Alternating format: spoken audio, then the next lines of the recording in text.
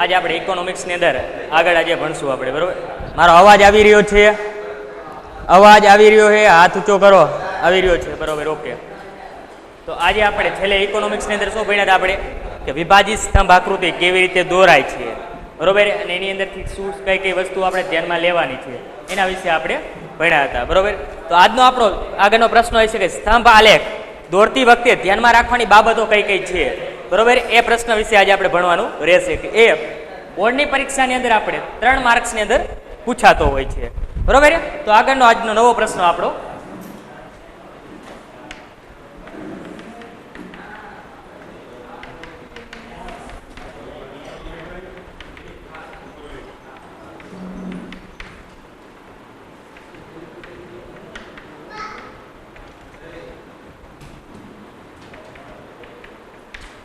સ્તંભ આકૃતિ દોરતી વખતે ધ્યાનમાં રાખવાની બાબતો.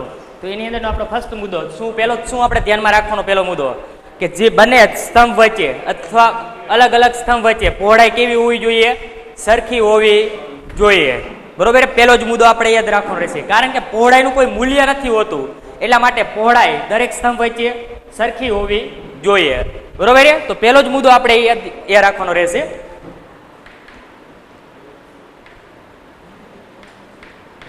દરેક સ્તંભની વચ્ચે પહોળાઈ સરખી હોવી જોઈએ, બરોબર. શા માટે? કારણ કે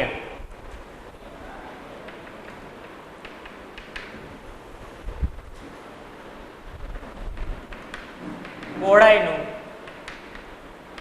મૂલ્ય હોતું નથી, બરોબર. કે જે આપણે પહોળાઈ રાખીએ એનું કોઈ મૂલ્ય આપણે દર્શાવવામાં આવતું હોતું નથી. તો ફર્સ્ટ મુદ્દો આપણે આ ધ્યાનમાં લેવાનો રહેશે.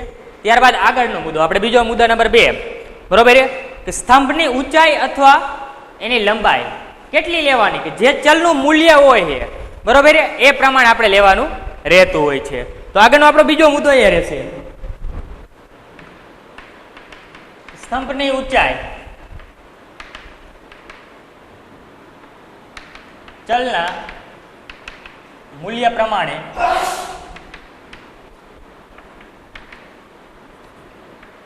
હોવું જોઈએ, બરોબર. તો આપણો બીજો મુદ્દો કે તમારું ચલનું જે મૂલ્ય આપેલું હશે, બરોબર, એ ચલના મૂલ્ય પ્રમાણે તમારા સ્તંભની ઊંચાઈ હોવી જોઈએ. આ આપણો બીજો મુદ્દો થયો, બરોબર. હવે સ્તંભ આપણે ક્યાં દર્શાવવામાં આવે છે? તો સ્તંભ આપણે એક ધરી ઉપર દર્શાવવામાં આવે છે. તો પહેલો બીજો મુદ્દો આપણે યાદ રાખવાનો રહેશે, બરોબર, કે દરેક સ્તંભ સામાન્ય રીતે એક ધરીને દર્શાવવામાં આવે છે, બરોબર. અને તેના પર દર્શાવાતા પરિબળોને આપણે શું કહેવાય છે? આધાર પરિબળ કહેવામાં આવે છે, બરોબર. તેના પર દર્શાવાતા પરિબળોને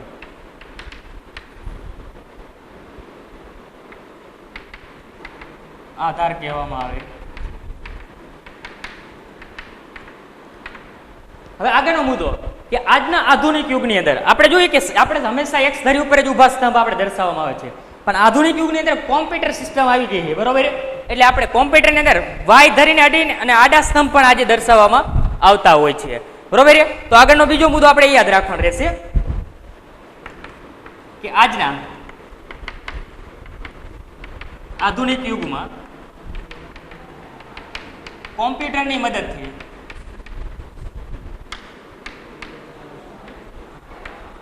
વાય ધરીને અડીને આડા સ્તંભ પણ દોરવામાં આવે છે,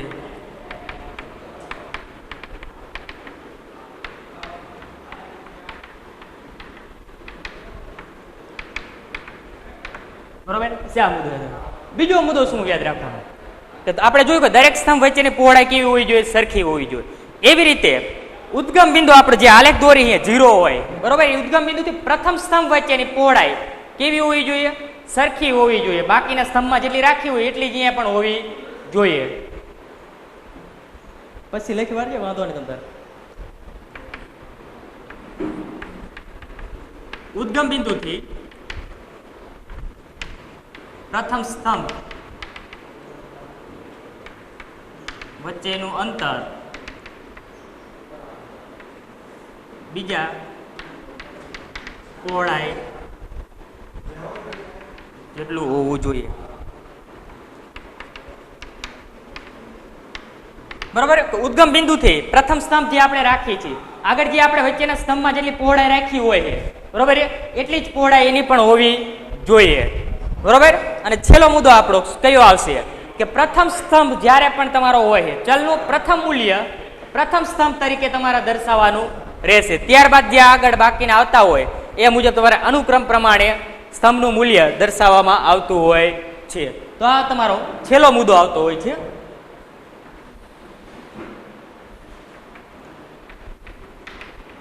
દરેક સ્તંભના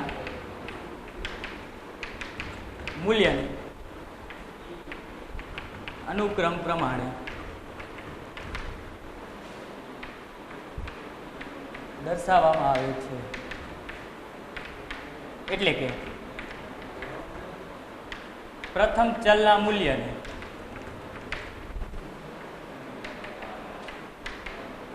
પ્રથમ દર્શાવવામાં આવે છે.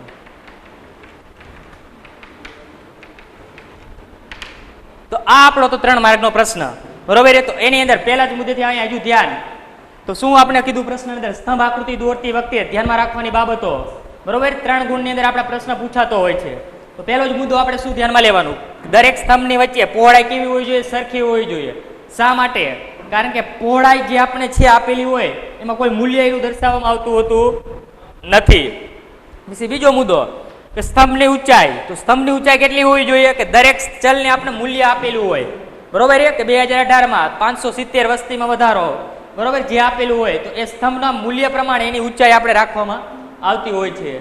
ત્યારબાદ દરેક સ્તંભને સામાન્ય રીતે આપણે જોઈએ કે દરેક સ્તંભને આપણે સામાન્ય રીતે કઈ ધરી પર દર્શાવવામાં આવે છે, એક્સ ધરી પર દર્શાવવામાં આવે છે. તેના પર દર્શાવતા પરિબળોને આપણે આધાર કહેવામાં આવતા હોય છે, બરોબર છે. આ ત્રીજો મુદ્દો યાદ રાખવાનો.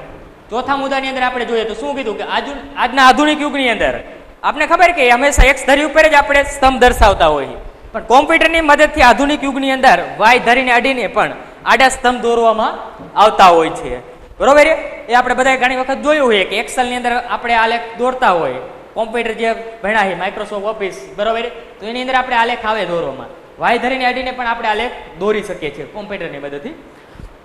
અને છેલ્લે ઉદ્ગમ બિંદુથી પ્રથમ સ્તંભ વચ્ચેનું અંતર, જે આપણે ઉદ્ગમ બિંદુ હોય અને અહીંયાથી પ્રથમ સ્તંભ, અહીંયા એક ધ્યાન, તો આપણું આલેખ પેપર છે, બરોબર, એક્સ અને વાય, કે જે આપણે આ છે 0 કરેલો એ આપણું ઉદ્ગમ બિંદુ કહેવાય, બરોબર છે. હવે અહીંયાથી આપણે પ્રથમ સ્તંભ વચ્ચેનું અંતર, બાકીના જે સ્તંભ વચ્ચે અંતર છે એટલું જ આપણે રહેવું જોઈએ, બરોબર. એટલે કે પ્રથમ સ્તંભ અહીંયા આપણે દોરીએ તો 1 સેન્ટીમીટર જગ્યા મૂકી ત્યારબાદ જ આપણે પ્રથમ સ્તંભ દોરવાનું, બરોબર. બાકીના સ્તંભ માટેનું આપણે અંતર પણ એ જ પ્રમાણે રાખીને જ આપણે દોરવાનું રહેશે, બરોબર. એટલે કે છેલ્લો આપણો મુદ્દો આવશે દરેક સ્તંભના મૂલ્યનો અનુક્રમ પ્રમાણે દર્શાવવામાં આવે છે, બરોબર. કે પ્રથમ સ્તંભની માહિતી આપેલી હોય, પ્રથમ કોઈ માહિતી, તો એને પ્રથમ જ માહિતી પહેલા સ્તંભમાં જ દોરવાની. બીજા સ્તંભની માહિતી આપણે બીજા ક્રમમાં આપેલી હોય તો એનો બીજો સ્તંભ દોરાય, બરોબર. એટલા માટે કે દરેક સ્તંભના મૂલ્યને અનુક્રમ પ્રમાણે દર્શાવવામાં આવે છે. અને એટલે કે પ્રથમ ચલના મૂલ્યને પ્રથમ દર્શાવવામાં આવતું હોય છે, બરોબર. તો આપણો 3 ગુણનો પ્રશ્ન હતો સ્તંભ આકૃતિ દોરતી વખતે ધ્યાનમાં રાખવાની બાબતો. આની અંદર કોઈને પણ ક્વેશ્ચન હોય તો પૂછી શકો છો. તો આગળનો પ્રશ્ન આપણે લઈએ કે વૃત્તાંશ આકૃતિ વિશે નોંધ લખવા. 3 ગુણની અંદર આપણે પ્રશ્ન પૂછાતો હોય, બરોબર. તો એની અંદર તમારે શું શું ધ્યાનમાં લેવાનું, તો પહેલા તો આપણે વૃત્તાંશ કોને કહેવાય એના વિશે સમજવાનું રહેશે. એની અંદર કેવી માહિતી તમને આપેલી હોય ત્યારે વૃત્તાંશ આકૃતિ દોરવી, બરોબર. અને વૃત્તાંશ શોધવા માટેનું સૂત્ર શું આવશે, અને એની અનુસૂચિ પરથી આપણે દરેક પેટા મૂલ્યનું આપણે વૃત્તાંશનું ક્ષેત્રફળ પણ શોધવાનું આવતું હોય છે, બરોબર. તો 4 થી 5 બાબતો આની અંદરથી આપણે ધ્યાનમાં લઈએ એટલે આખો પ્રશ્ન આપણે 3 માર્ક્સની અંદર આપણે લખી શકતા હોઈએ છીએ.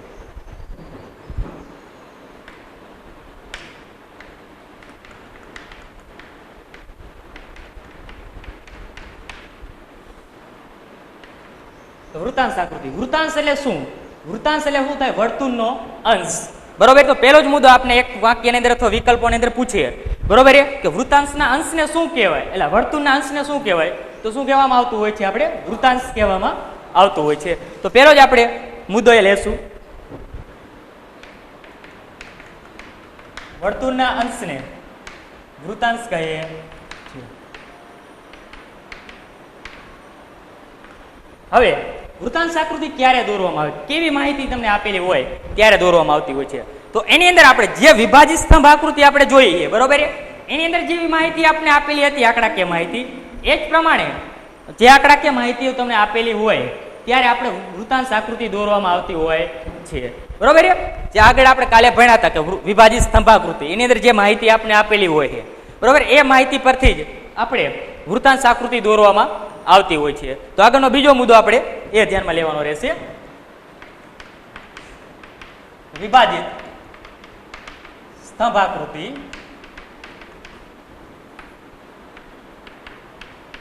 માહિતી પ્રમાણે વૃત્તાંશ આકૃતિ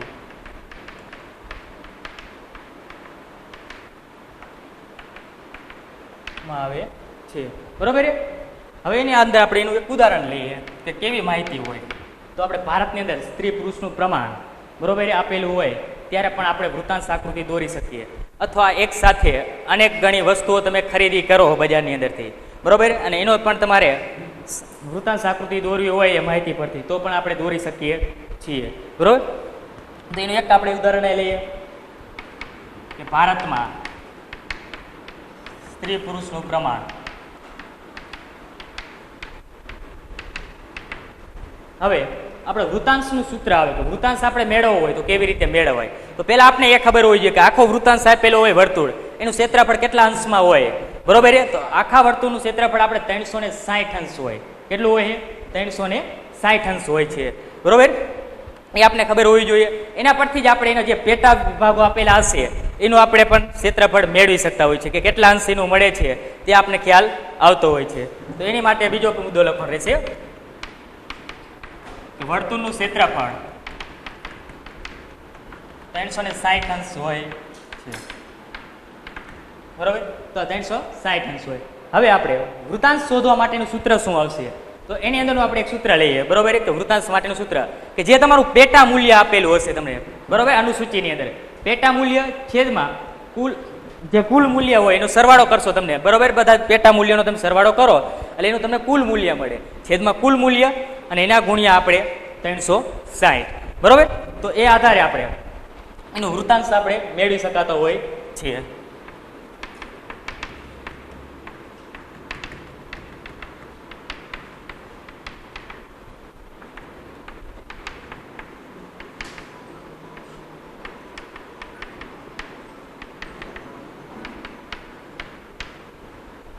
અહીંયા ધ્યાન બધાને ખાલી સમજવા માટે આપણે એક ઉદાહરણ લઈએ કે પેટા મૂલ્ય અને કુલ મૂલ્ય અને આપણે કેવી રીતે વૃત્તાંશ મેળવાય બરોબર. ટૂંકમાં માહિતી પ્રમાણે આપણે લઈએ કાંઈ વસ્તુઓ આપણે આપી દીધી છે.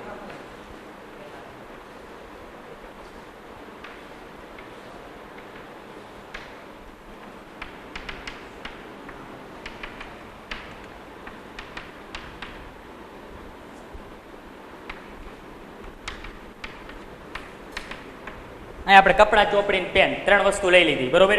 હવે એની આપણે અલગ અલગ મૂલ્ય આપણે આપી દીધી ત્રણેયનું બરોબર, કે 30, 20 અને 50 આપણે આપી દીધું બરોબર.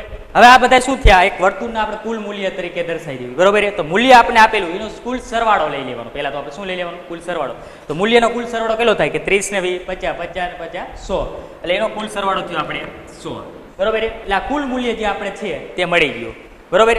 હવે આપણે કપડાનો વૃત્તાંશ મેળવવો હોય તો એનું પેટા મૂલ્ય કેટલું થાય કે 30 થાય બરોબર. તો આ કપડાનો વૃત્તાંશ હું મેળવું કે કપડા બરાબર પેટા મૂલ્ય 30, તો આપણે 30 લઈ લેવાના બરોબર. નીચે છેદમાં કુલ મૂલ્ય 100, તો 100 લઈ લઈશું, એના ગુણ્યા 360 બરોબર. આ પ્રમાણે આપણે સૂત્ર પ્રમાણે કિંમત દર્શાવી દેવાની. કિંમત દર્શાવી દો એટલે એને આપણે છેદ ઉડાડી દેવાના બરોબર. આટલી વસ્તુ આપણને ખ્યાલ આવે, આટલી વસ્તુ આપણે કમ્પ્લીટ થઈ જાય એટલે 36 ગુણ્યા 3, 36 ગુણ્યા 3 કરો એટલે કેટલા મળે?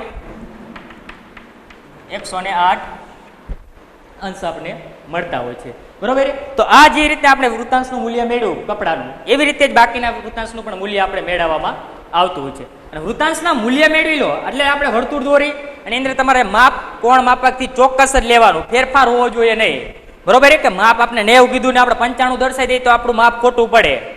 90 એટલે 90 પરફેક્ટ જ આવવું જોઈએ બરોબર. ગમે ત્યારે તમે વૃત્તાંશ આકૃતિ દોરો, પરીક્ષાની અંદર પૂછાય તો એનું માપ આપણે પરફેક્ટ આવવું જોઈએ. 3 માર્ક્સની અંદર આ પ્રશ્ન પૂછાય છે. બરોબર. તો એવી રીતે આપણે એક પાઠ્યપુસ્તકની અંદર અનુસૂચિ આપેલી છે અને એના આપણે વર્તુળના મૂલ્ય કેવી રીતે મેળવાય અને એનો આપણે આલેખ પણ દોરીશું. બરોબર. આગળ હવે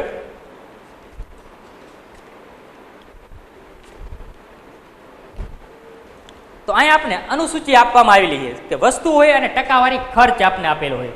બરોબર. અહીંયા આપણે કુલ 5 વસ્તુઓ આપેલી છે પાઠ્યપુસ્તકની અંદર. તમે જોવો એની અનુસૂચિ આપણે પેજ નંબર 8 ઉપર આપેલી છે. તો એની અંદર શું કીધું કે ચોપડીઓ, સ્ટેશનરી, ફોન, કોમ્પ્યુટર વગેરે, નાસ્તો અને કપડાં.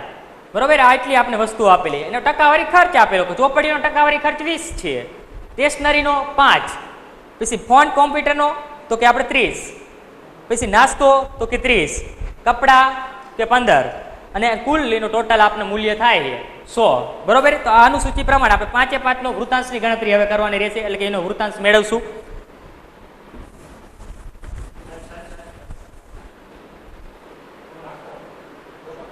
ના ના, આમ જ બાકી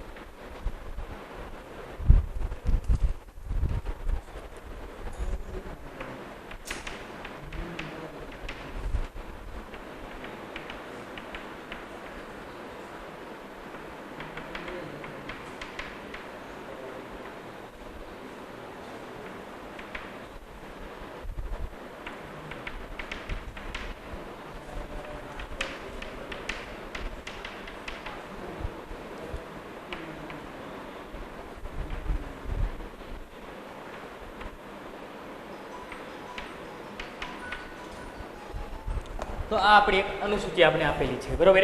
હવે એની અંદર આપણે કુલ મૂલ્ય, ટકાવારી ખર્ચ એટલે એનો આપણે કુલ સરવાળો લઈ લઈશું બધા અંકોનો, એટલે કે આપણે કુલ મૂલ્ય એનું મળી જતું હોય છે. તો એનો સરવાળો લઈ લઈએ આપણે કે આવે કુલ 100. બરોબર.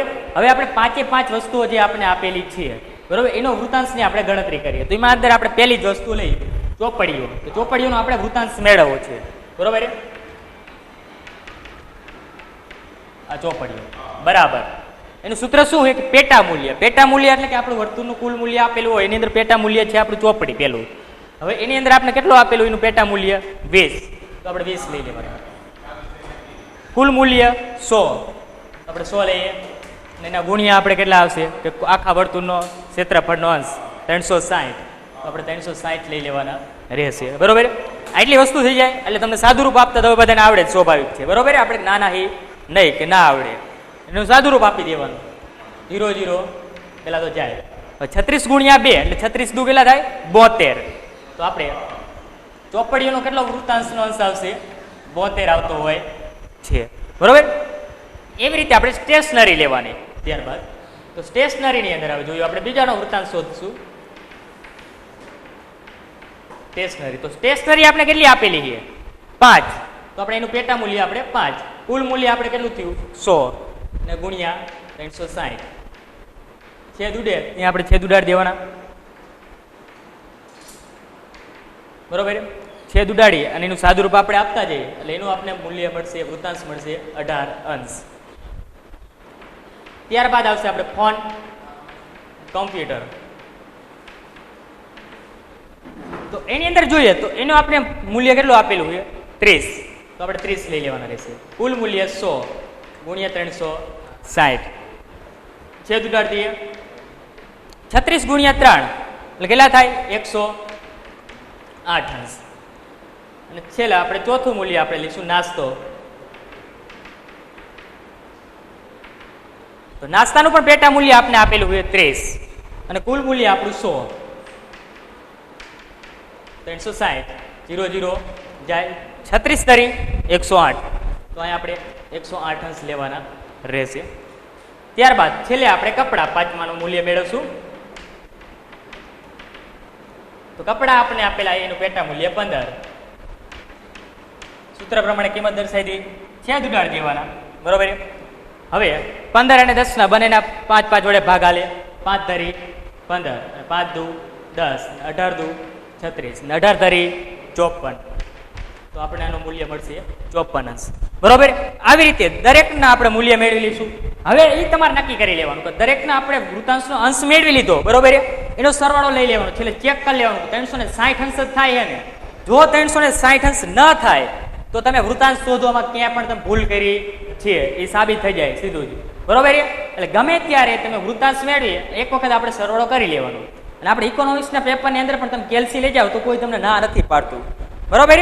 ઇકોની અંદર પણ કેલ્સી લઈ જઈ શકો છો પરીક્ષાની અંદર, બરોબર. આટલી વસ્તુઓ ધ્યાનમાં લેવાની. હવે અહીંયા બીજી એક વખત ધ્યાન, વૃતાંશ આકૃતિ તમારે દોરવી છે. કઈ કઈ વસ્તુઓ તમારે ધ્યાનમાં લેવાની? તો પહેલું જ આપણે બરોબર, વર્તુળના અંશને આપણે શું કહેવાય? વૃતાંશ કહેવામાં આવે છે. પહેલો મુદ્દો જે યાદ રાખવાનો. બીજો મુદ્દો શું લેવાનો કે કેવી માહિતી માટે વૃતાંશ આકૃતિ આપણે દોરવામાં આવે કે જેવી વિભાજિત સ્તંભ આકૃતિની અંદર માહિતી હતી એવી જ માહિતી માટે આપણે વૃતાંશ આકૃતિ દોરવામાં આવતી હોય છે.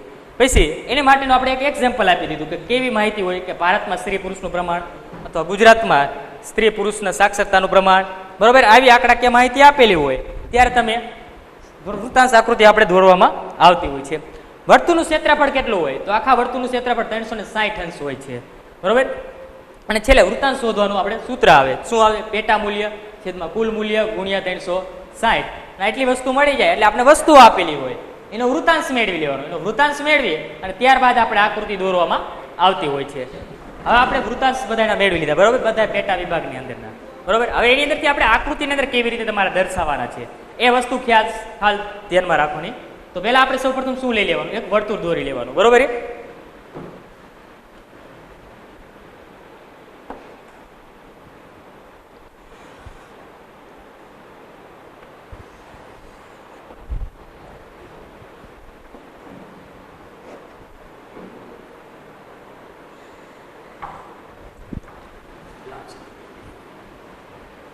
વાંધો ને વર્તુળ દોરું છું. તો આટલી વસ્તુ આપણે એક વર્તુળ દોરી લીધું. હવે એની અંદર આપણે દર્શાવવા માટે શું કરવાનું? તો પહેલા જ આપણે કોઈ પણ એક માપ લઈ લીધું છે, બરોબર. આપણી સ્કેલની મદદથી વર્તુળના કેન્દ્ર બિંદુથી વર્તુળના ભાગ સુધી એક આપણે કોઈ રેખાખંડ પહેલા તો દોરી લેવાનો.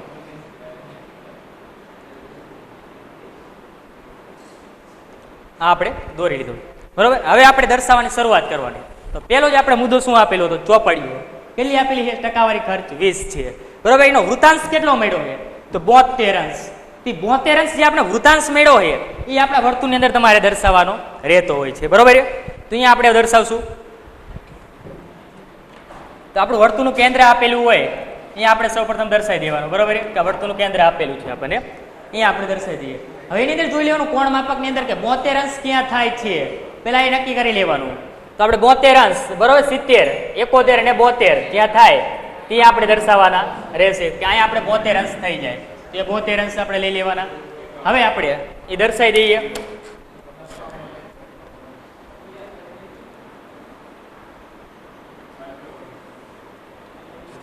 અહીંયા 72 અંશનો આપણો ભાગ થઈ ગયો તેનો ચોપડીઓનો, બરોબર. એનું નામ લખી લેવાનું. અહીંયા આપણે નામ લખી લઈશું કે ચોપડીઓ. એનો અહીંયા આપણે 72 અંશ નહીં લખવાનો, અહીંયા આપણે શું લખવાનું? એનો ટકાવારી ખર્ચ કેટલો હતો એ દર્શાવ્યો હોય એ ટકાવારી ખર્ચ અહીંયાની અંદર આપણે નીચે લખી લેવાનો રહેશે. કેટલો છે? તો કે 20. તો 20 આપણે દર્શાવી દેવાનો, બરોબર. હવે બીજું તમારે શું ધ્યાનમાં લેવાનું કે તમે જ્યારે આકૃતિ દોરો આ પ્રમાણે તમારે લખવું નથી, એને સંકેત પણ તમે આપી શકો છો, બરોબર. દાખલા તરીકે આપણે કોઈ પણ કોલમ દોર્યું આ રીતના ગોળ રાઉન્ડ કરી લેવાનું. ઊભી લાઇનિંગ દોરવી થાય, ઊભી લાઇનિંગ દોરીને લખવું પડે ચોપડીઓ, બરોબર. અથવા તમારે ટપકા ટપકા દોરીને લખવું હોય સ્ટેશનરી તો સ્ટેશનરી પણ તમે લખી શકો. અથવા ફોન કોમ્પ્યુટર માટે તમે એવો ફોનનો સિમ્બોલ દોરી શકો, બરોબર. એની જે વૃતાંશનો ભાગ હોય તેની અંદર. એટલે એના પરથી શું સામેનો વ્યક્તિ જે સમજનાર એ તરત સમજી શકે આ આપણે ચોપડીઓ દર્શાવેલી છે કે આટલા આપણે ચોપડીઓ આપેલી છે, બરોબર. આકૃતિ પરથી તરત એનું તારણ મેળવી શકીએ. એટલા માટે આપણે અલગ સંકેત પણ દર્શાવી શકીએ છીએ અથવા જે વૃતાંશમાં ભાગમાં આપણે દર્શાવ્યું અહીંયા લખીને પણ આપણે દર્શાવી શકાતું હોય છે. આગળ સ્ટેશનરી આપેલી છે. સ્ટેશનરીનો આપણે કેટલો ટકાવારી ખર્ચ છે? 5 છે. એનો વૃતાંશ કેટલો મેળવ્યો હોય? 18. તો હવે 18 સુધીનો આપણે એનો વૃતાંશ મેળવીશું. તો અહીંયા હવે દર્શાવી દઈશું આપણે.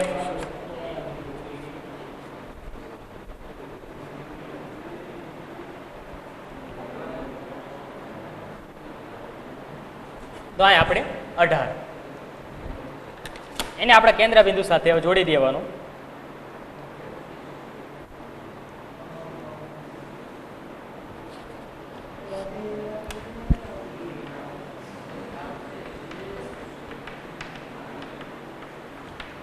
આપણી સ્ટેશનરી કેટલો એને ટકાવારી ખર્ચ આપેલો છે તો 5, તો આપણે 5 દર્શાવવાનો રહેશે. બરોબર છે.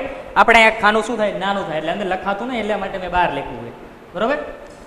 પછી આગળ ફોન કોમ્પ્યુટર કેટલો ટકાવારી ખર્ચ છે એનો 30. આપણે કેટલા આપેલા એનો અંશ 108, તો 108 અંશ આપણે દર્શાવશું.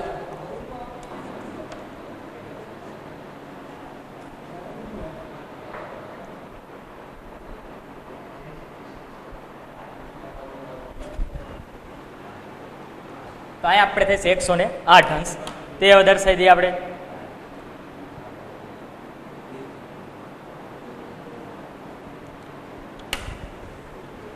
એટલે કે ફોન કોમ્પ્યુટર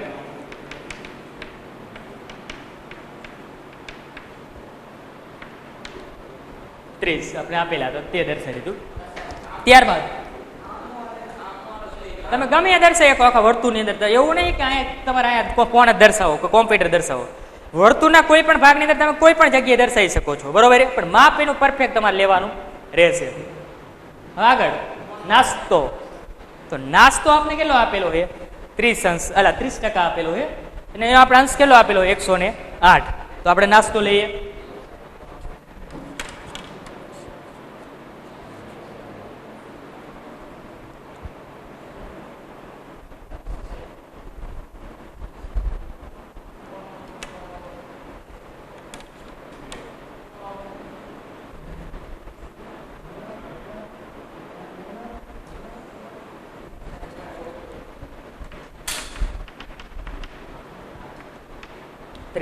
અને છેલ્લે કપડા, તો કપડા જે બાકીનો ભાગ વધે છે બરોબર છે એટલો ભાગ આપણે શું આવતું હોય કપડા આવતો હોય છે. બરોબર છે. એ આપણે લેવા રહેશે કપડા. હવે કાંઈ ધ્યાન, તો આવી રીતે આપણે કોણ માપકની અંદર દર્શાવ્યું. બરોબર છે. મારા એ માઇનોર ફેરફાર રહેતો હોય છે કારણ કે બોર્ડની અંદર બરોબર મોટી આકૃતિ આપણે દોરવી પડે, પણ નાની આકૃતિ થઈ ગઈ છે. બરોબર છે. તમે જ્યારે પણ દોરો ત્યારે એવો માઇનોર ફેરફાર પણ રહેવો જ હોય નહીં. હવે શું ધ્યાનમાં લેવાનું કે પહેલા આપણે કઈ માહિતી છે એ દર્શાવી દેવાની. બરોબર. કોઈ પણ એક આપણે રેખાખંડ દોરી લેવાનો કે વર્તુળના કેન્દ્રથી વર્તુળના ભાગ સુધીનો પહેલા સરળતાથી બરોબર સ્કેલની મદદથી એ રેખાખંડ દોરી લો એટલે તરત જ આપણે પહેલો આપણે શું વિભાગ આપેલો હતો ચોપડીઓ કેટલો આપેલો છે 20%. એનો અંશ કેટલો છે 72. તો પહેલા જ આપણે એ લઈ લેવાનું 72 અંશ. બરોબર.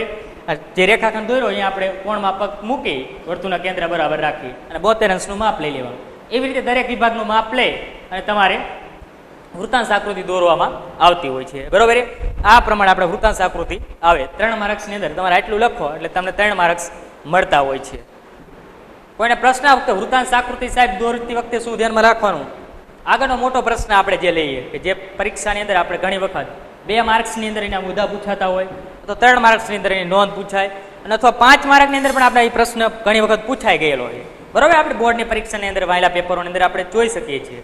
તો એવો એક પ્રશ્ન આજે આપણે અત્યારે લેવાનો રહેશે અને ત્યારબાદ એક આપણો 2 માર્કનો પ્રશ્ન. આ પાઠની અંદર 2 પ્રશ્ન આપણા રહ્યા.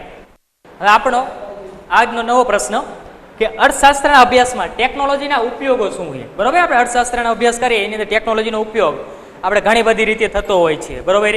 કોમ્પ્યુટર ટેકનોલોજી હોય, ઇન્ટરનેટ ટેકનોલોજી હોય અથવા સીડી હોય, હાર્ડ ડિસ્ક હોય, તો આ બધી આપણે ટેકનોલોજી છે. તો આપણે અર્થશાસ્ત્રની અંદર એનો ઉપયોગ ક્યાં કરીએ છીએ? બરોબર. તો કોઈ પણ આપણે અઘરા સિદ્ધાંતો હોય છે અથવા કોઈ અઘરા મુદ્દાઓ હોય છે બરોબર એનો આપણે પાવર પોઈન્ટની મદદથી બરોબર સરસ મજાનું પ્રેઝન્ટેશન બનાવી તો આપણે સરળતાથી ખબર પડે કે આપણે વસ્તી વિશેષ કહેવા માંગીએ છીએ. બરોબર. આકૃતિ આપણે દોરીએ અને સમજી શકતા હોય છે અથવા એક્સેલની અંદર આપણે બરોબર એની આકૃતિ આપણે દોરી શકીએ અથવા આલેખ દોરી શકીએ અને એના પરથી આપણે પણ આપણે માહિતી મળી શકતી હોય છે કે ભારતમાં રોજગારીના આંકડા કેટલા છે. બરોબર. સીધો જ આપણે સ્તંભ આપ્યો હોય કે 2011માં રોજગારીના આંકડા એટલા, 2012માં એટલા, તો સામે સમજનાર વ્યક્તિ સરળતાથી સમજી શકે કે આ આલેખની અંદર આપણે રોજગારી વિશે કહેવા માંગીએ છીએ કે 2011માં એટલી રોજગારી આપણા દેશના લોકોને મળી છે. બરોબર. અથવા એટલા ઉદ્યોગનો વિકાસ થયો છે. તો આવી બધી માહિતીઓ જે આપણે આપેલી હોય તો એ આપણે ટેકનોલોજીની મદદથી સરળતાથી પણ આપણે મેળવી શકતા હોઈએ છીએ. એ સિવાયનો બીજો ઉપયોગ શું હતો કે કોઈ પણ આપણે અગત્યની માહિતી હોય છે, બરોબર, અર્થશાસ્ત્રના અભ્યાસની કોઈ પણ આપણે અગત્યની માહિતી હોય તો એનો આપણે સંગ્રહ પણ કરી શકાય છે, બરોબર. ટેકનોલોજીના ઉપયોગો આપણે જોવાના છે, બરોબર. તો એની અંદર જોઈએ કે આધુનિક યુગ એટલે કે ટેકનોલોજીનો યુગ ગણાય છે, બરોબર. આજે આપણે બધા જોઈ શકીએ છીએ કે આધુનિક યુગ આજે આપણે ટેકનોલોજીનો યુગ ગણાય છે, કે તમે આજે ટેકનોલોજીની મદદથી ઘરે બેઠા બેઠા પણ આપણે ભણી શકીએ છીએ, બરોબર. તો એ પણ એક ટેકનોલોજીનો આપણે ઉપયોગ કરીએ છીએ. આપણે આપણા રોજિંદા જીવનમાં વધુ ને વધુ ટેકનોલોજીનો ઉપયોગ કરતા થયા છીએ, બરોબર. આપણા રોજિંદા જીવનની અંદર પણ ટેકનોલોજીનો વધુ ને વધુ ઉપયોગ આપણે અત્યારે કરી જ રહ્યા છીએ. એકબીજા સાથે સંપર્કમાં રહેવા એટલે કે તમે બધાએ ફેસ ટુ ફેસ વાત કરો અથવા મોબાઈલ ફોન કરો તો શું થયું, આપણે સંપર્કમાં રહેવા માટે ચલચિત્રો ટિકિટો બુક કરાવવા, બરોબર. તમે ટોકેટની ટિકિટો બુક કરાવી શકો અથવા રેલવે સ્ટેશનમાં રેલવેની ટિકિટ બુક કરાવી શકો ઓનલાઈન, બરોબર. તો એ પણ આપણે ટેકનોલોજીની મદદથી કરી શકતા હોઈએ છીએ. ગીતો સાંભળવા ઇન્ટરનેટની મદદથી આપણે નવા નવા ગીતો હોય એ પણ આપણે સાંભળી શકતા હોઈએ છીએ. પછી ડ્રાઇવિંગ કરતી વખતે રસ્તો શોધવા તો એ પણ આપણે જીપીએસ મેપ્સની મદદથી કોઈ પણ રસ્તો આપણે કોઈ પણ જગ્યાએ જવું છે કોઈ પણ શહેરની અંદર તો એનો રસ્તો પણ આપણે મેળવી શકતા હોઈએ છીએ. અને વસ્તુ ખરીદવા, બિલ ભરવા વગેરે માટે ટેકનોલોજીનો ઉપયોગ આપણે કરીએ છીએ, બરાબર. તો આપણે આજે ટેકનોલોજીનો ઉપયોગ આવી રીતે આપણે કરતા રહ્યા છીએ. અને આ બધા વિદ્યાર્થી મિત્રોને આવડતું પણ હશે કે આપણે કેવી રીતે ટિકિટ બુક કરાવી, કેવી રીતે લાઇટ બિલ ભરવું, બરાબર. આ જ રીતે ટેકનોલોજીના ઉપયોગ શિક્ષણમાં પણ કરીએ છીએ. અને એવી રીતે આપણે, બરાબર, રોજિંદા જીવનની અંદર જે ટેકનોલોજીનો ઉપયોગ કરીએ એવી રીતે આપણા શિક્ષણની અંદર પણ ટેકનોલોજીના ઉપયોગો કરતા હોઈએ છીએ. તો કેવા ઉપયોગો આવે કે અર્થશાસ્ત્ર જીવન જીવવાની એક કળા છે અને વિજ્ઞાન અંગેનું શાસ્ત્ર છે, બરોબર. કે અર્થશાસ્ત્ર અંદર કળા એટલે કે તમારી પાસે કોઈ આગવી કળા હોય, બરોબર, કે એની અંદર તમે પારંગત હોય. એવી રીતે અર્થશાસ્ત્રની જે વ્યક્તિ છે એની અંદર એક એની કળા હોય છે, બરોબર, કે એ લોકો એની અંદર સમજી શકતા હોય. અને વિજ્ઞાન એટલે કે વિજ્ઞાનની અંદર જેવી રીતે નવા સંશોધનો થાય, શોધખોળ થાય, એવી જ રીતે અર્થશાસ્ત્રની અંદર નવી નવી વસ્તુઓની શોધખોળ થતી હોય છે, નવી નવી વસ્તુઓ આવતી હોય છે, બરોબર. એટલા માટે અર્થશાસ્ત્રને કળા અને વિજ્ઞાન બંને કહેવામાં આવતું હોય છે. આ જ પ્રશ્ન તમે ધોરણ 11માં અંદર ભણીને આવ્યા હોય છો, બરોબર. પહેલા જ પાઠની અંદર ધોરણ 11માં તમારે ઇકોનોમિક્સની અંદર આવતો હતો આ પ્રશ્ન. અને માનવ જીવન દરેક સમયે બદલાતું રહે છે અને માનવ જીવન એ આપણે દરેક સમયે પડપડ રીતે આપણે જોઈ શકીએ કે બદલાતું હોય છે. અને માટે સામાન્ય પ્રજા એ તથા નિષ્ણાતોએ પોતાની જાતને હંમેશા નવા નવા પરિવર્તનોથી માહિતગાર રાખવા પડે છે. અને આપણે જે માણસો હોય એમને જે નવા પરિવર્તનો થાય એનાથી હંમેશા શું રહેવું પડે, માહિતગાર રહેવું પડતું હોય છે, બરોબર. કે આજે આ ફેરફાર થયો, આજે આ વસ્તુ બની, તો એનાથી આપણે માહિતગાર રહેતા હોય છે. અને તે માટે માનવી ટેકનોલોજીનો ખૂબ મદદરૂપ સાબિત થાય છે. એવી જ રીતે માનવી માટે, બરોબર, અલગ અલગ માહિતી મેળવવી હોય અથવા એનાથી માહિતગાર રહેવું હોય તો ટેકનોલોજી શું થાય, ખૂબ જ એની માટે ઉપયોગી થતી હોય છે, બરોબર. અને અર્થશાસ્ત્રના અભ્યાસમાં સામાન્ય રીતે વપરાતી ટેકનોલોજીની જાણકારી આપણે નીચે મુજબ છે. અહીંયાથી આપણે કાલે આ પ્રશ્નની આપણે શરૂઆત કરીશું, બરોબર.